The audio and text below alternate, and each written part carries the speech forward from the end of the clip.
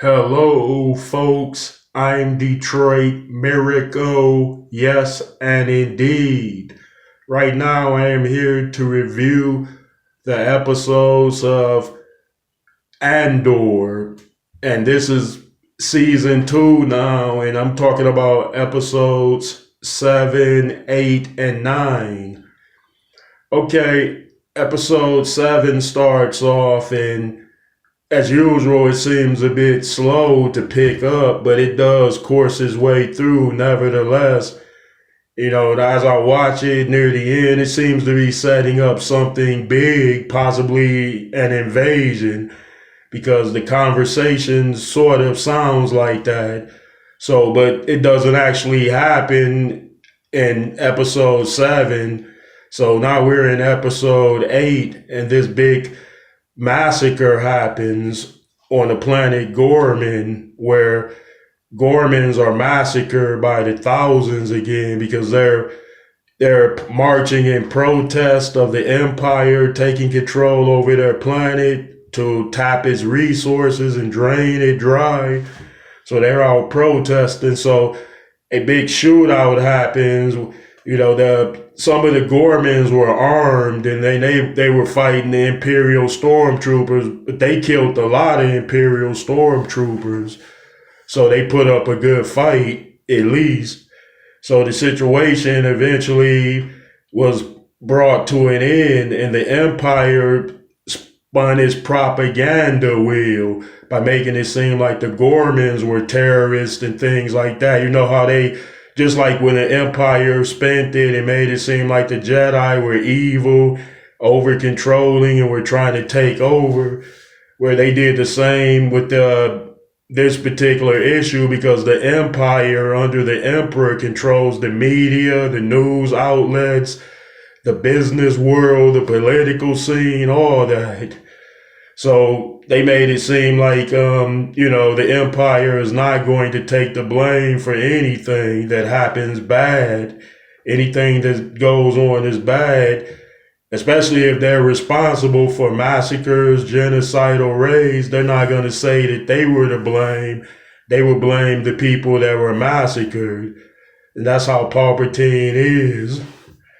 None of the Jedi could sense him, even though they were sitting across tables from him, walking right by him. They probably was eating meals with him, and no one sensed it. I know that's another story.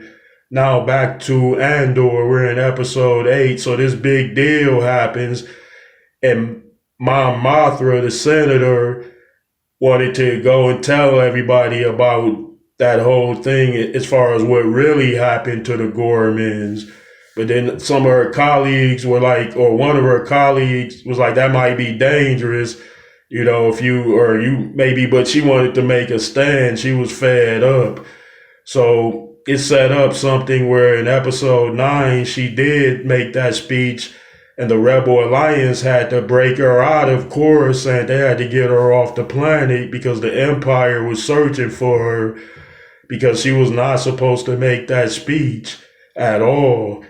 And so episode 9 involved Andor, Cassian Andor, that is, breaking her off of Coruscant and getting her out of the Senate building so she wouldn't be captured and persecuted for her thing.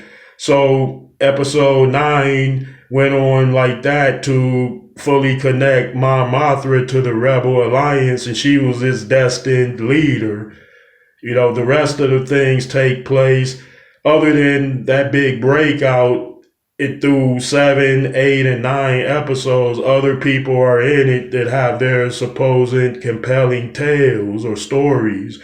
So there are other individual stories that are going on throughout episodes of Andor, which are 7, 8, and 9. So you might find some of the stuff they're talking about compelling, but I thought it was somewhat tedious and boring.